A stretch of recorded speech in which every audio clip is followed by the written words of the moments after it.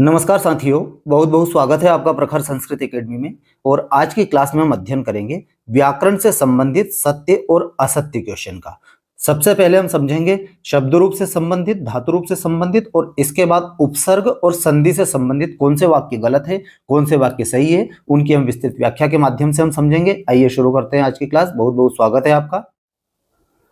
शुद्ध वाक्यानाम समक्षम आम, अशुद्ध वाक्यानाम समक्षम न इति लिखत, है ना। जो सही है उसके आगे हमको आम लिखना है और जो गलत है उसके आगे हमको न लिखना है। इसमें देखते हैं हम सबसे पहला वाक्य, पठति इत्यस्मिन् पदे एकवचनम अस्ति।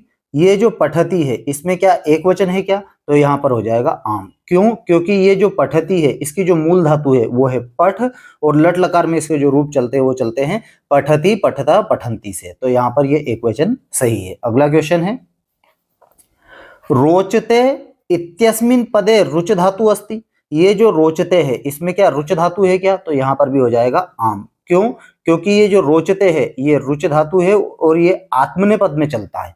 रोचते, रोचेते, रोचनते, है ना। तो यहाँ पर ये रुच धातु है, यहाँ पर भी आम हो जाएगा। अगला क्वेश्चन है, पठामह इत्यस्मिन् पदे एकवचनम अस्ति। ये जो पठामह है यहाँ एक वचन है क्या? तो यहाँ पर हो जाएगा न। क्यों? क्योंकि ये जो पठामा है ये बहुवचन का है। पठामी, पठावा, पठामा उत्तम पुरुष का बहुवचन है। आगतः इत्यस्मिन् पदे उपसर्ग नास्ति। ये जो आगतः शब्द है इस पद में क्या उपसर्ग नहीं है क्या? तो यहाँ पर तो उपसर्ग है। कौन सा उपसर्ग है? आ उपसर्ग है। तो ये सेंटेंस गलत है। तो यहाँ पर क्या हो जाएगा? ना। अब ये आ उपसर्ग कैसे है? देखिए यहाँ पर जो धातु है वो है मूल धातु गम। गम के रूप कैसे चलते हैं? गच्छ से चलते हैं। और ये जो त लगा हुआ है ये प्रत्यय है, कत प्रत्यय लगा हुआ है। तो और आ उपसर्ग लगा हुआ है तो ये क्या बन जाएगा? आगता। आ उपसर्ग, गम धातु और कत प्रत्यय। ठीक है दोस्तों, आगे देखते हैं। त्वं कदा आगमिष्यसि इत्यस्मिन् पदे उपसर्ग अस्ति। ये इस वाक्य में क्या उपसर्ग है क्या? इसका मतलब होता है तुम कब आओगे। तो हमको अब यहाँ पर देखना, आगमिष्यसि, यहाँ पर भी धातु क्या लगी है? गम धातु, और ये लिट लकार में हुआ है। और ये जो है ना ये आ उपसर्ग यहाँ पर लगा हुआ है। तो यहाँ पर हो जाएगा उपसर्ग अस्ति, तो आम क्या हो जाएगा? इसमें उपसर्ग है। अगला क्वेश्चन देखते हैं। यहाँ पर क्वेश्चन नंबर 2 है। यहाँ पर भी आम और नाम को लिखना है। सबसे पहला क्वेश्चन है, नृत्यामि इत्यस्मिन् पदे उत्तम पुरुष अस्ति। ये जो नृत्यामि है इसमें क्या उत्तम पुरुष है? तो यहाँ पर हो जाएगा आम। क्यों? क्योंकि यहाँ पर धातु कौन सी है? नृत्य धातु है। नृत्य का मतलब होता है नाचना, है ना। तो ये नृत्यामि, नृत्यावह, नृत्यामः उत्तम पुरुष में इस प्रकार से चलता है। तो यहाँ पर हो जाएगा आम। अगला क्वेश्चन है, लिखे है इत्यस्मिन् पदे विधिलिंग लकार अस्ति। ये जो लिखे शब्द है इसमें क्या विधिलिंग लकार है? तो यहाँ पर हो जाएगा आम। क्या हो जाएगा? आम। क्यों? क्योंकि विधिलिंग लकार के जो रूप चलते हैं इसकी धातु क्या है? लिख। लिख का मतलब होता है लिखना। लिखेत, लिखेताम, लिखेयु। लिखे है, लिखेथम, लिखेत विधिलिंग में इस प्रकार से चलता है। तो यहाँ पर हो जाएगा आम। अगला है, अकुर्म इत्यस्मिन् पदे एकवचनम अस्ति। तो यहाँ पर हो जाएगा ना। क्यों? क्योंकि ये जो अकुर्म है इसकी मूल धातु क्या है? क्री धातु है। क्री का मतलब होता है करना, है ना। और इसके जो लंग लकार में जो रूप चलते हैं वो चलते हैं अकरोत, अकुरुताम, अकुर्वन, है ना। और ये उत्तम पुरुष में क्या चलता है? अकुर्वम, अकुर्वा, अकुर्म। तो ये बहुवचन का है अकुर्म, लंग लकार का बहुवचन का। लेकिन यहाँ क्या पूछा है? एक वचन का है क्या? तो ये गलत हो जाएगा। यहाँ पर हो जाएगा ना। अगला क्वेश्चन है, अत्याचारः न कर्तव्य इत्यस्मिन् पदे वाक्ये उपसर्ग नास्ति। अत्याचार नहीं करना चाहिए, इस वाक्य में उपसर्ग नहीं है क्या? इस प्रकार से पूछ रहा है। तो यहाँ पर उपसर्ग तो है, तो ये वाक्य तो हमारा हो गया गलत। अब उपसर्ग कौन सा है? देखिए अत्याचार में यदि हम इसको अलग अलग करेंगे तो ये बनेगा अति प्लस आचार, ऐसा ये अलग अलग हुआ। और ये अति क्या है? अति उपसर्ग है। तो ये वाक्य हमारा गलत हो जाएगा। अगला क्वेश्चन है, बालकः गृहात् निर्गच्छति इत्यस्मिन् वाक्ये उपसर्ग अस्ति। बालक घर से निकलता है, इस वाक्य में क्या उपसर्ग है क्या? तो यहाँ पर हो जाएगा आम। उपसर्ग है। उपसर्ग कहाँ पर है? देखिए ये यहाँ पर जो निर्गच्छति है ये मूल धातु क्या है? गम धातु है। यहाँ पर उपसर्ग लगा हुआ है, निरुपसर्ग लगा हुआ है। निरुपसर्ग, उपसर्गों की संख्या कितनी होती है? 22 होती है, परपरा, आपसम इत्यादि, है ना। तो यहाँ पर ये वाक्य हमारा सही हो जाएगा। अगला क्वेश्चन है, कथयतु इत्यस्मिन् पदे लट लकार अस्ति। कथयतु में क्या लट लकार है क्या? तो ये वाक्य हमारा गलत है। क्योंकि यहाँ पर लट लकार नहीं है, लोट लकार है। इसकी जो धातु है, मूल धातु, वो है कथ। कथ का मतलब होता है कहना, और लोट लकार में रूप चलते हैं कथयतु, कथयताम, कथयंतु, इस प्रकार से रूप चलते हैं। तो ये वाक्य हमारा यहाँ पर गलत हो जाएगा। अगला क्वेश्चन देखते हैं। क्वेश्चन नंबर 3 है शुद्ध वाक्यानाम समक्षम आम, अशुद्ध वाक्यानाम समक्षम न इति लिखत। इसमें हम देखते हैं पहला क्वेश्चन, पठामह इत्यस्मिन पदे उत्तम पुरुष अस्ति। ये जो पठामह, इसमें क्या उत्तम पुरुष है क्या? तो यहाँ पर हो जाएगा आम।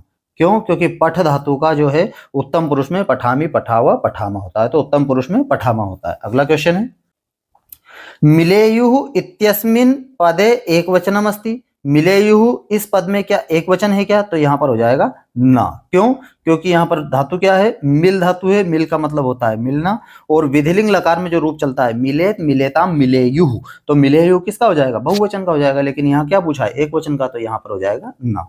अगला क्वेश्चन है, अध्यक्षः इत्यस्मिन पदानि अधि उपसर्ग अस्ति। अध्यक्ष में क्या अधि उपसर्ग है क्या? तो यहाँ पर हो जाएगा आम, क्योंकि अध्यक्ष में अधि है। यदि हम इसको अलग अलग करें तो अधि प्लस अक्ष, ऐसा विच्छेद होगा इसका, तो यहाँ पर कौन सा है? अधि उपसर्ग है। अगला क्वेश्चन है, वदिष्यामि इत्यस्मिन पदे लिट लकार अस्ति। वदिष्यामि में क्या लिट लकार है? लिट लकार यानी भविष्यत काल, तो वदिष्यामि वद धातु है। वद धातु में वदिष्यता, वदिष्यन्ति, इस प्रकार से रूप चलते हैं, तो यहाँ पर हो जाएगा आम। ठीक है, वद धातु में लिट लकार है यहाँ पर। अगला क्वेश्चन है, दुर्जनः सदा अपकरोति इत्यस्मिन वाक्ये उपसर्ग नास्ति। दुर्जन सदा अपकार करता है यानी बुरा करता है, इस वाक्य में उपसर्ग नहीं है क्या? इस प्रकार से पूछ रहा है। तो यहाँ पर ये वाक्य तो सबसे पहले हो गया हमारा गलत, क्योंकि यहाँ पर उपसर्ग है। कौन सा उपसर्ग है? ये देखिए, अपकरोति है ना। करोति में क्री धातु है, और इसमें कौन सा अप उपसर्ग लगा है? प्र, परा, अप, सम, इस प्रकार से जो 22 उपसर्ग होते हैं उसमें अप उपसर्ग लगा हुआ है। तो यहाँ पर उपसर्ग तो है, लेकिन वाक्य में पूछा है नहीं है क्या? तो ये वाक्य हमारा गलत हो जाएगा। अगला क्वेश्चन देखते हैं, अगच्छत इत्यस्मिन पदे गम धातु अस्ति। अगच्छत में क्या गम धातु है क्या? तो हाँ, बिल्कुल गम धातु है। यहाँ पर हो जाएगा आम। क्या हो जाएगा? आम। क्यों? क्योंकि ये मूल धातु है, और ये लंग लकार, लंग लकार यानी अतीत काल में आया हुआ है। अगच्छत, अगच्छताम, अगच्छन, है ना, तो यहाँ पर गम धातु है। अगला वाक्य देखते हैं, शुद्ध वाक्यानाम समक्षम आम, अशुद्ध वाक्यानाम समक्षम न इति लिखत। पहला क्वेश्चन है इसमें, दीर्घ संधे उदाहरणम मनोहर अस्ति। दीर्घ संधि का जो उदाहरण है वो क्या मनोहर है क्या? तो यहाँ पर हो जाएगा ना। क्यों? क्योंकि ये जो मनोहर है ये किसका है? विसर्ग संधि का उदाहरण है। ठीक है, आगे आएगा इसमें से भी क्वेश्चन, वो मैं आपको समझाऊंगा। अगला क्वेश्चन देखते हैं, सदैव वृद्धि संधि उदाहरणम अस्ति। ये जो सदैव है ये क्या वृद्धि संधि का उदाहरण है क्या?